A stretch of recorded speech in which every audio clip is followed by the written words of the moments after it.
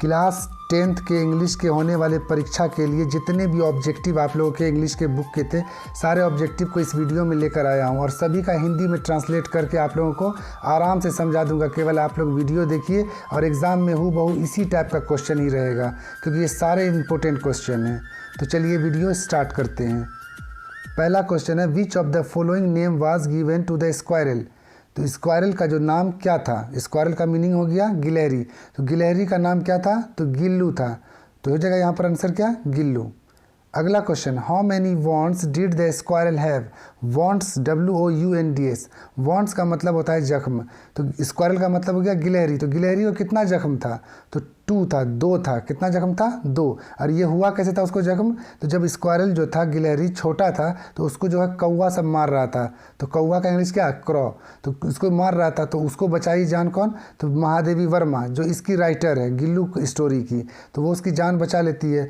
तो इसलिए याद रखिएगा कि अगर ये क्वेश्चन आ जाए कि उसको मार कौन रहा था, तो क्रॉ हो जाएगा। ठीक है, तो इसका आंसर क्या हो गया, यहाँ पर 2 वॉन्ट्स था। अगला क्वेश्चन देखते हैं, according to the story Gillu squirrels have a life span of. तो स्क्वायरल जो होता है गिलहरी, वो कितने साल तक जिंदा रहता है, तो ये रहता है 2 साल तक, 2 ईयर्स तक। याद रखना, स्क्वायरल कितने साल तक जिंदा रहेगा, 2 साल तक। The colour of the Gillu's ice was. तो गिल्लू का जो आइज कलर था, आँख का, वो किस कलर का था, तो वो था ब्लू कलर का। अगला क्वेश्चन देख लेते हैं कि in the story Gillu narrator clean the wants of the baby squirrel and applied.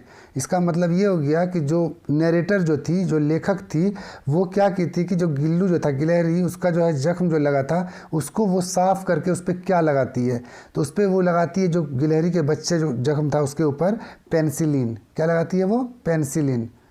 अगला क्वेश्चन देखते हैं, Mahadevi Verma is the author of. तो महादेवी वर्मा जो है वो ऑथर जो है, लेखिका है किस कहानी की, तो वो गिल्लू की। तो ऑप्शन क्या आ जाएगा, गिल्लू। अगला क्वेश्चन देखते हैं, Mahadevi Verma thought Gillu seat close to her. तो जब भी महादेवी वर्मा खाना खाने लगती थी, तो गिल्लू जो था गिलहरी, वो उसके प्लेट के पास आकर के बैठ जाता था। तो इसका आंसर क्या आ जाएगा, प्लेट। अगला क्वेश्चन देखते हैं, Gillu was put to internal rest under the dash creepers. तो गिल्लू जो है दिन के समय में वो कहाँ जाके आराम करता था, संजूही के। कहाँ, याद रखना, संजूही के। संजूही उसके गार्डन में एक पौधा था। अगला क्वेश्चन देखते हैं कि when ever Gillu was dash he made a twittering sound. तो जब भी गिल्लू को जो है क्या लगता था, जो वो ट्विटरिंग साउंड निकलता था। ट्विटर का मतलब होता है आवाज़ निकालना। जानवर लोग या चिड़िया लोग जो आवाज़ निकालती है, छोटा जानवर या कोई चिड़िया, तो उसको ट्विटरिंग बोलते हैं। तो वो हंगरी, जब वो भूखा होता था, HUNGRY, हंगरी मतलब जब वो भूखा होता था, तो ट्विटरिंग की आवाज़ कौन निकालता था, गिल्लू यानी स्क्वायरल। अगला क्वेश्चन देख लेते हैं, the author told Gillu to sit near the dash. तो वो अभी तुरंत बताए थे कि वो कहाँ करके बैठ जाता था, तो वो राइटर के वो प्लेट के पास, यानी ऑथर के प्लेट के पास कौन बैठ जाता था, स्क्वायरल या गिल्लू। अगला क्वेश्चन देखते हैं, which of the following name was given to the squirrel. तो स्क्वायरल का नाम क्या रखा गया था, तो अभी बताए थे इससे पहले भी कि गिल्लू नाम रखा गया था। क्या नाम रखा गया था, गिल्लू। किसका, स्क्वायरल का। अगला क्वेश्चन देख लेते हैं, the author was said that the squirrel would not dash after being attacked by the cross. तो अभी बताया था ना कि कौवा जो उसको मार रहा था, तो उससे जान बचाने के लिए, तो उसको कुछ लोग बताया कि वो कभी भी जिंदा नहीं रह सकता है जिसको कौवा जो है मारता है या जख्मी कर देता है। तो इसका आंसर क्या जाएगा, लीव। अगला क्वेश्चन देखते हैं, in the story written by Mahadevi Verma Gillu was injured by. किसके द्वारा वो इंजर्ड हुआ था, घायल हुआ था, तो क्रॉस के द्वारा, कौवा के द्वारा, CROWS, क्रॉस। अगला क्वेश्चन देखते हैं, Gillu would inform bye twittering. तो गिल्लू जो है इन्फॉर्म करता था जब महादेवी वर्मा को, जो उसकी राइटर जो है इस कहानी की, तो उसको इन्फॉर्म करने के लिए, अपनी तरफ ध्यान देने के लिए जो आवाज़ निकालता था, किस तरह का आवाज़ निकालता था, तो चिक चिक की। ये भी आंसर आता था, किस तरह की आवाज़ होता था, चिक चिक, CHIK। तो चिक चिक की आवाज़ कौन निकालता था, गिल्लू। नेक्स्ट क्वेश्चन देख लेते हैं, Gillu had stopped dash the day he died. तो गिल्लू जो है, स्टॉप का मतलब हो गया रुक जाना, तो वो अपने आप को रोक लिया था, तो क्या चीज़ करने से, तो डैश डे ही डाइड, यानी मरने से पहले वो क्या चीज़ करना बंद कर दिया था, तो ईटिंग, खाना, EATING, ठीक है ना, ईटिंग, खाना वो क्या कर दिया था, बंद कर दिया। कौन, तो गिल्लू। अगला क्वेश्चन है when the narrator sat down to write Gillu wanted to catch her. तो जब भी वो लिखने के लिए बैठती थी नरेटर जो महादेवी वर्मा थी, तो गिलहरी क्या करती थी गिल्लू, तो उसको अटेंशन का मतलब उसका अपनी तरफ ध्यान देने के लिए वो इधर से उधर वो कूदती रहती थी। तो इसका आंसर हो जाएगा अटेंशन। अगला क्वेश्चन देखते हैं गिल्लूज फेवरेट फूड वाज। तो इसका गिल्लू का जो फेवरेट फूड था वो क्या था, काजू था। तो गिल्लू का फेवरेट फूड अगर पूछेगा तो क्या चीज़ हो जाएगा, काजू। अगला क्वेश्चन देखते हैं Mahadevi Verma was a leading poets of the dash poetry. तो ये किस टाइप की पोएट्री लिखती थी, तो वो थी छायावादी स्कूल, ठीक है ना। इसका क्या आंसर हो जाएगा, छायावादी। महादेवी वर्मा का जो पूछेगा लीडिंग जो है पोएट्री थी तो छायावादी थी। नेक्स्ट क्वेश्चन देखते हैं who was the receipt of Mangla Prasad prize. तो ये जो है मंगला प्रसाद जो प्राइज़ था वो महादेवी वर्मा को मिला था। तो इसका आंसर हो जाएगा Mahadevi Verma. The story little girls wiser than man ही हैज़ बीन रिटेन बाय। तो ये जो कहानी कौन लिखा था, little girl wiser than man, तो ये लिखा है लियो टॉल्स्टॉय ने। तो इस कहानी का लेखक कौन हो जाएगा, लियो टॉल्स्टॉय। किसका, little girls wiser than man. अगला question which festival is a referred to by the written in write a little girls wiser than man. तो ये जो फेस्टिवल कौन सा फेस्टिवल था इस किस कहानी का, little girl wiser than man में। तो ये था ईस्टर का। क्या याद रखना है, ईस्टर का। क्रिसमस का नहीं था, ये भी याद रखना, ना होली था ना दिवाली था। कौन सा था, ईस्टर, EASTER। अगला क्वेश्चन देख लेते हैं अकोलियाज dash tried to stop the fight between the adults. मतलब झगड़ा जो हो गया था बड़े लोग के बीच में, तो उसको शांत कौन करा रही थी, तो अकोलियाज ग्रैंड मदर्स, अकोलिया की जो दादी थी वो शांत करा रही थी। इस वाले स्टोरी में दो नाम आता है, अकोलिया और मलाशा। अकोलिया जो थी वो बड़ी लड़की थी और मलाशा जो थी वो छोटी थी। तो याद रखना अकोलिया बड़ी लड़की का नाम था और मलाशा छोटी लड़की का। एक चीज़ और याद रख लिया कि अकोलिया और मलाशा दोनों जो है चर्च से होकर के आ रही थी, क्योंकि उस दिन ईस्टर का त्यौहार था और नया नया वो लोग कपड़ा पहनी थी। इसी बीच मलाशा जो छोटी लड़की थी मलाशा, और अकोलिया जो बड़ी लड़की थी, तो मलाशा जो है कीचड़ में चली जाती है और वो खुद तो अपना कपड़ा गंदा करती है, अकोलिया का भी कपड़ा गंदा कर देती है, जिससे दोनों के बीच में झगड़ा हो जाता है।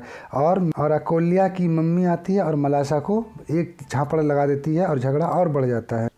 नेक्स्ट क्वेश्चन देख लेते हैं कि till where did the water reach. तो जो वाटर जो था, पानी जो था, वो जो कहाँ पर वो बह रहा था, तो वो जो मलाशा जो थी वो जो जाने लगी थी उस कीचड़ में, पानी में, तो वो कहाँ तक उसके मतलब आ रहा था, तो मलाशास एंकल तक। कहाँ तक आ रहा था, मलाशास के एंकल तक आ रहा था। तो इसका आंसर क्या हो जाएगा, मलाशास एंकल। अगला क्वेश्चन देखते हैं the unity of Indian culture was a lecture delivered by Humayun Kabir in. तो ये जो है हुमायूं कबीर जो ये लिखा है the unity of Indian culture, तो इसको लिखने वाले जो हैं हुमायूं कबीर हैं, राइटर। याद रखना आपको। तो ये किस यूनिवर्सिटी के थे, तो बड़ौदा के, ठीक है ना। इसका क्या जगह, बड़ौदा। ऑप्शन इसका हो जाएगा बड़ौदा यूनिवर्सिटी। अगला क्वेश्चन देखते हैं who was delivered the speech the unity of Indian culture. तो the unity of Indian culture को लिखने वाले कौन हो जाएंगे, हुमायूं कबीर। अगला क्वेश्चन देख लेते हैं where have old civilization and culture grown and changed. तो जो ओल्ड जो सिविलाइजेशन और कल्चर जो था कहाँ पर वो फला फूला जिसको बोल सकते हैं, तो इंडिया एंड चाइना, भारत और चाइना में। तो इसका आंसर क्या जाएगा, इंडिया एंड चाइना। तो इसका यही आंसर हो जाएगा। अगला क्वेश्चन को देखते हैं, क्वेश्चन नंबर हो जाएगा 27। Humayun Kabir was a famous. तो हुमायूं कबीर क्या था, वो फेमस पॉलिटिकल थिंकर थे। तो इसका आंसर क्या जाएगा, पॉलिटिकल थिंकर। कौन, हुमायूं कबीर। अगला क्वेश्चन देखते हैं what is the most remarkable features of India.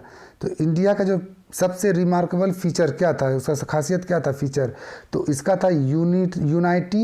ये unity is diversity, unity is diversity. मतलब यहाँ लोग तो अनेक तरह के लोग, अनेक धर्म के लोग रहते हैं, लेकिन सब मिलजुल के रहते हैं, यही यहाँ की खासियत है। तो इसका क्या जाएगा, यूनिटी इज़ डाइवर्सिटी। अगला क्वेश्चन देख लेते हैं Indian culture is amazing because of its. तो ये क्या जाएगा, वाइटलिटी हो जाएगा, ठीक है ना। इसका क्या जाएगा, वाइटलिटी। भारत का जो कल्चर जो है अमेजिंग है, क्यों है, क्योंकि यहाँ पर वाइटलिटी पाया जाता है।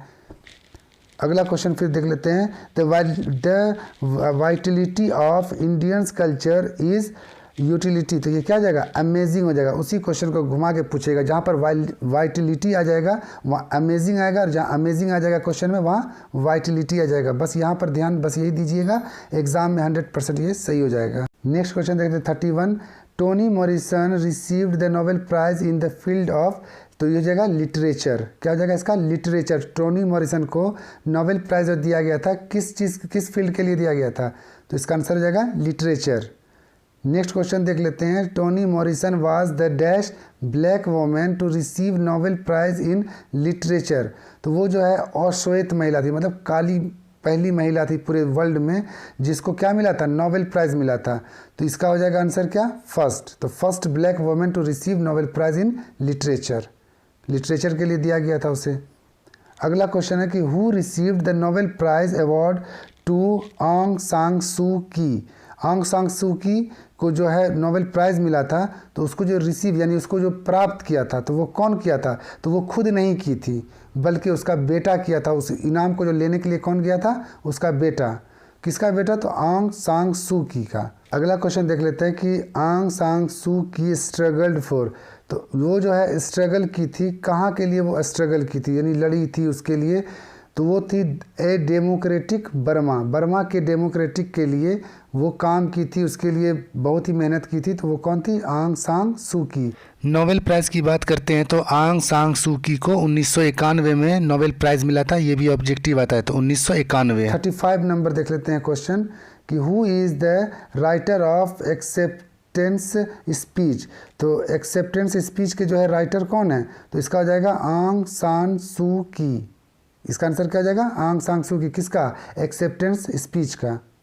अगला क्वेश्चन देख लेते हैं। व्हेन वाज आंग सांग सू की बॉर्न, तो वो कब पैदा हुई थी, कौन, तो आंग सांग सू की, तो ये पैदा हुई थी 19 जून 1945, 19 जून 1945 को।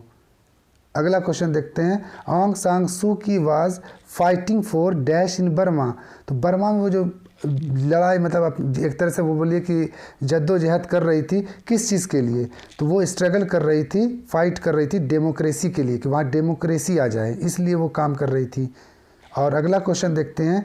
The raw material of cinema is dash it self, तो यहाँ पर जो अगर सिनेमा की बात कर रहे हैं तो उसमें कौन सा रॉ मटेरियल की बात की गई है, मतलब वो जो सिनेमा में दिखाया था तो वो लाइफ इट सेल्फ की, किसकी बात करते हैं, लाइफ, ज़िंदगी के बारे में। तो इसका आंसर क्या हो जाएगा, लाइफ। रॉ मटेरियल अगर सिनेमा का पूछेगा तो लाइफ हो जाएगा आंसर। अगला क्वेश्चन देखते हैं। What is wrong with Indian films has been written by, तो ये जो इंडियन फिल्म का जो रिटन जो लिखा लेखक जो था वो कौन है, सत्यजीत रॉय हैं। तो याद रखना सिर्फ आप लोगों को है कि इंडियन फिल्म का कौन लेखक है, तो सत्यजीत रॉय हैं। अगला question. The first feature film in India was produced in, तो पहला जो भारत का जो हिंदी फिल्म था वो कब प्रोड्यूस्ड किया गया था, तो 1913 में, 1913 ईस्वी में पहली फिल्म इंडिया में प्रोड्यूस्ड की गई थी, मतलब दिखाने के लिए लोगों को, तो 1913 हो जाएगा। अगला क्वेश्चन देखते हैं। In what is wrong with Indian films the author compare Indian films with film, तो इंडिया की जो भारत की जो फिल्म है वो किस देश के फिल्म के साथ कंपेयर कर, तुलना, कंपेयर मतलब हो गया तुलना करना, तो किस देश के साथ कर रहा था, वो अमेरिका के साथ। किस देश के साथ, तो अमेरिका के फिल्म के साथ ये तुलना किया गया। आंसर क्या आ जाएगा, अमेरिका। अगला क्वेश्चन देखते हैं। The narrator told mister Williams, यहाँ पर not to burn leaves as it is dash the air and ecology, तो ये जो हो जाएगा विलियम्स जो है, थोड़ा स्पेलिंग का गड़बड़ी है, तो यहाँ पर बैड हो जाएगा। क्या हो जाएगा, बैड इकोलॉजी। अब देखिए पत्ता कोई जलाएगा तो इन्वायरमेंट के लिए क्या हो जाएगा, वो खराब ही रहेगा, बैड इसका आंसर हो जाएगा, BAD, ठीक ना। अगला क्वेश्चन देखते हैं। What type of pollution is created by compost according to mister Williams, तो तो इसका हो जाएगा नोस पॉल्यूशन, नॉइस नहीं, नॉइस का मतलब होता है बहुत हल्ला होना, NOISE नॉइस का मतलब क्या हो गया, बहुत ज़्यादा हल्ला होना, लेकिन ये आंसर नहीं होगा, आंसर क्या हो जाएगा नोस पॉल्यूशन। एक ऑप्शन होगा आप लोगों के ऑब्जेक्टिव में जब दीजिएगा तो NOSE नोस हो जाएगा। नेक्स्ट क्वेश्चन है कि which animal missed up Mrs Green's yard, तो जो ग्रीन्स यार्ड जो था, ग्रीन्स नाम है, तो उसके यार्ड में जो है कौन सा जानवर था, तो एक कुत्ता आ गया था, तो उसका क्या हो जाएगा, इसमें कुत्ता था तो क्या हो जाएगा इसका आंसर डॉग, तो इसका 44 का हो जाएगा डॉग। 45 नंबर क्वेश्चन को देखते हैं कि me and the ecology beat is all about, तो ये जो मी एंड द इकोलॉजी जो आप लोगों के बुक में है, ये बोल रहा है कि किस पर मतलब सारा ये बेस्ड है, तो ये है प्रिजर्विंग इन्वायरमेंट एंड इकोलॉजी पर। किस पर है, प्रिजर्विंग इन्वायरमेंट और एंड इकोलॉजी पर, ये सारा इन्वायरमेंट पे ये पूरा इस पे स्टोरी है। अगला क्वेश्चन देखते हैं कि the main character in pace for living which the author saw was a or an corn merchant, तो इसमें क्या हो जाएगा एल्डरली हो जाएगा। कॉर्न मर्चेंट जो था, व्यापारी जो था, मर्चेंट किसको बोलते हैं, व्यापारी को, तो वो क्या हो जाएगा एल्डरली हो जाएगा, ठीक है ना, तो इसका क्या हो जाएगा एल्डरली। अगला क्वेश्चन देखते हैं, in the pace for living the writer capture the agony of dash man, तो ये किस तरह के आदमी की बात कर रहा है, मॉडर्न, जो आजकल का जो ज़माना हुआ उसको बोलते हैं मॉडर्न, तो ये कौन से ज़माने की बात कर रहा है, तो मॉडर्न मैन के, ठीक है ना। अगला क्वेश्चन देख लेते हैं, the corn merchant was being dash by his nephew in the pace for living, तो इसमें जो है कह रहा है कि जो मर्चेंट है, जो कॉर्न मर्चेंट है, जो व्यापारी है, उसको कौन चीट कर रहा था, तो उसका खुद चीट कर रहा था नेफ्यू यानी भतीजा, तो इसका आंसर क्या जाएगा चीटेड। चीटेड का मतलब था ठगना, CHEATED, तो चीट कौन कर रहा था, नेफ्यू, NEPHEW, नेफ्यू क्या होता है, भतीजा को बोलते हैं। अगला क्वेश्चन देख लेते हैं, the author in the pace for living enjoy, तो ये क्या हो गया, जो ऑथर जो है, जो लेखक, ऑथर बोलते हैं जो लेखक जो लिखता है, तो वो पेस फॉर लिविंग जो एंजॉय कर रहा था, तो लॉन्ग कार ड्राइव में, जो लॉन्ग कार ड्राइव में जाता है उसको बहुत ही आनंद आ रहा था, उसी के बारे में वो उसमें लिखा है स्टोरी, तो इसका आंसर हो जाएगा लॉन्ग कार ड्राइव। अगला क्वेश्चन देखते हैं, who was cheating the corn merchant, अभी तुरंत बताएं कि कौन चीट किया था। चीटिंग का मतलब क्या होता है कि उसको धोखा देना, कौन धोखा दिया था, कॉर्न मर्चेंट को यानी व्यापारी को, तो उसका नेफ्यू, हिज नेफ्यू, आंसर हो जाएगा उसका भतीजा यानी हिज नेफ्यू। अगला क्वेश्चन कि the writer of the pace for living belong to the tribe of, तो ये जो इसका आंसर हो जाएगा स्लो थिंकर्स, तो क्या हो जाएगा writer of the pace for living जो है belong to the tribals of, क्या हो जाएगा स्लो थिंकर हो जाएगा आप आंसर इसका। अगला क्वेश्चन देखते हैं कि in the essay the pace for living the corn merchant is, तो इसका क्या हो जाएगा, कॉर्न मर्चेंट के बारे में दिया गया उसमें जो एसे में, तो आपके तो क्या दिया गया है, तो एन एनेक्सियस मैन, एनेक्सियस का मतलब होता है चिंतित या चिंता में रहना, तो इसका हो जाएगा एनेक्सियस मैन। 53 क्वेश्चन नंबर देख लेते हैं कि in the pace for living the author saw a play in, तो ये जो सारा जो वो देखा था सीन कहाँ, तो डबलिंग, डबलिंग में जाकर के वो ये सब चीज़ को देखा था, ठीक है ना, तो इसका आंसर क्या जाएगा डबलिन। नेक्स्ट क्वेश्चन देख लेते हैं कि who has compose the poem God made the country, कौन कंपोज किया पोएम को, ये पोएम है, क्वेश्चन भी आया था कि गॉड मेड द कंट्री, कौन क्या चीज़ है, तो वो पोएम है, लिखने वाले कौन है, विलियम कॉपर, तो इसका आंसर क्या जाएगा विलियम कॉपर, क्या लिखे हैं गॉड मेड द कंट्री, ये एक पोएम है। अगला क्वेश्चन देख लेते हैं, according to the poet health and virtue can be found in, तो कहाँ पर आपको सेहत सब देखने को मिलता है, तो वो विलेज में, गांव में, आप गांव में जाइएगा तो ज़्यादा सेहतमंद मिलेगा शहर के बनिस्बत, तो इसका आंसर क्या हो जाएगा विलेजेस, ठीक ना। अगला क्वेश्चन देखते हैं, what is the poets desired in God made the country, तो ये जो है गॉड मेड द कंट्री जो है वो पोएट्स जो इसमें कह रहा है कि क्या वो डिज़ायर कर रहा है, ख्वाहिश कर रहा है, तो इसमें to enjoy life in the countryside, तो वो कंट्री साइड में जाकर के अपना वो इंजॉय करना चाह रहा है, डिज़ायर का मतलब हो गया ख्वाहिश, इच्छा। अगला क्वेश्चन है कि the towns people do not enjoy any real, तो हो जाएगा इसका सीनरी, तो जो टाउन का जो एरिया के जो लोग हैं वो क्या नहीं, किस चीज़ का वो आनंद, इंजॉय का मतलब होता है आनंद लेना, किस चीज़ का आनंद नहीं लेते हैं, तो वो सीनरी यानी दृश्य का, जो दृश्य जो हम लोग देखते हैं गांव देहात में जितना खूबसूरत दृश्य दिखता है, एकदम इन्वायरमेंट क्लीन सब, वैसा शहर में नहीं दिखता है। अगला क्वेश्चन को देख लेते हैं कि 58 नंबर है, God made the country and man made the. तो गॉड जो है कंट्री को बनाया, तो मैन क्या बनाया, तो टाउन्स को, शहर को। तो इसका आंसर क्या जाएगा, टाउन। अगला क्वेश्चन देखते हैं, polythene bag does not gate. तो पॉलीथीन का जो बैग होता है वो क्या नहीं हो पाता है, तो उसको देखिएगा कि मिट्टी में डाल दीजिए, कहीं भी डाल दीजिए, वो डिज़ोल्व नहीं होगा, मतलब घुल के ख़त्म नहीं होगा, कहीं पर मिट्टी में मिल के ख़त्म नहीं होता है, इसलिए इसको क्या बोलते हैं, डिज़ोल्व्ड। तो पॉलीथीन बैग डज नॉट कभी भी नहीं मिल सकता है, मिट्टी में वो मिलेगा ही नहीं, तो इसका आंसर हो जाएगा डिज़ोल्व। अगला क्वेश्चन देखते हैं, polythene bag has been composed by. तो इसका क्या चीज़ होएगा, इसका जाएगा दुर्ग प्रसाद पांडा। इसको लिखने वाले कौन है, तो इसको लिखने वाले कंपोज्ड का मतलब बताए थे, जो लेखक होता है लिखने वाला, वो हो जाएगा दुर्ग प्रसाद पांडा। अगला क्वेश्चन देखते हैं, polythene bag when left to itself dash environment. तो ये जो है पॉलीथीन बैग क्या करता है, इन्वायरमेंट को पॉल्यूट करता है, यानी प्रदूषित कर देता है। ऐसे मृदा प्रदूषण ज़्यादा होता है, क्योंकि अगर मिट्टी में डाल दीजिएगा तो मिट्टी को वो पॉल्यूटेड कर देता है, जलाइएगा तो इन्वायरमेंट एयर पॉल्यूटेड करेगा वो, तो इसलिए बिहार में भी इसको बैन कर दिया गया है। तो इसका आंसर क्या जाएगा, pollute. Polythene bag when left it's self dash environment, तो इन्वायरमेंट को वो पॉल्यूट करता है, प्रदूषित। नेक्स्ट क्वेश्चन देखते हैं कि who is crying in the poem thinner than a crescent. तो इसका आंसर क्या जाएगा, राधा। कौन क्राइंग करता है, रो रही थी कौन, तो वहाँ पर क्राइंग का वर्ड हो जाता है रहा रोने से, तो हो जाएगा राधा। और अगला क्वेश्चन देखते हैं, 62 हो गया। 63 नंबर क्वेश्चन देख लेते हैं कि Mahadev I have run to call you is from. तो इसका जगह Mahadev I have run to call you is from, तो इसका जगह thinner than a crescent. Answer क्या जाएगा, thinner than a crescent. Next question देख लेते हैं कि Radha's tear have cured. Radha का टेयर था किस तरह आ गया था, वो एक रिवर की तरह, नदी की तरह, तो इसका आंसर क्या जाएगा, ए रिवर। अगला क्वेश्चन देखते हैं, Vidyapati poem about Radha and. तो विद्यापति का जो पोएम है वो राधा के बारे में है और किसके बारे में, तो कृष्णा के बारे में। इसका आंसर क्या जाएगा, कृष्णा। अगला क्वेश्चन देखते हैं कि विद्यापति वाज बॉर्न इन। तो विद्यापति जो है वो कहाँ पैदा हुए थे, तो हुए थे किस जिला में, तो ये मधुबनी में हो जाएगा। कहाँ हो जाएगा, Madhubani. Vidyapati was born in Madhubani. अगला क्वेश्चन देखते हैं कि greed is dash but life is not. Greed का मतलब हो गया लालच, और इंडलेस का मतलब हो गया कभी नहीं खत्म होने वाला। तो लालच क्या, कभी नहीं खत्म होने वाला चीज़। तो grid is endless but life is note. जिंदगी तो खत्म हो जाएगा मगर लालच कभी खत्म नहीं होगा। नेक्स्ट क्वेश्चन देख लेते हैं कि what was in the pitchers. Pitcher का मतलब हो गया बर्तन, तो उस बर्तन में क्या चीज़ था, तो गोल्ड कॉइन, सोने का सिक्का। किस में था, पीचर्स में। पीचर मतलब बर्तन होता है, PITCHER, तो इसमें गोल्ड कॉइन हो जाएगा। अगला क्वेश्चन देखते हैं कि the poem the impiety hurt highlights man's इंस्टिबल।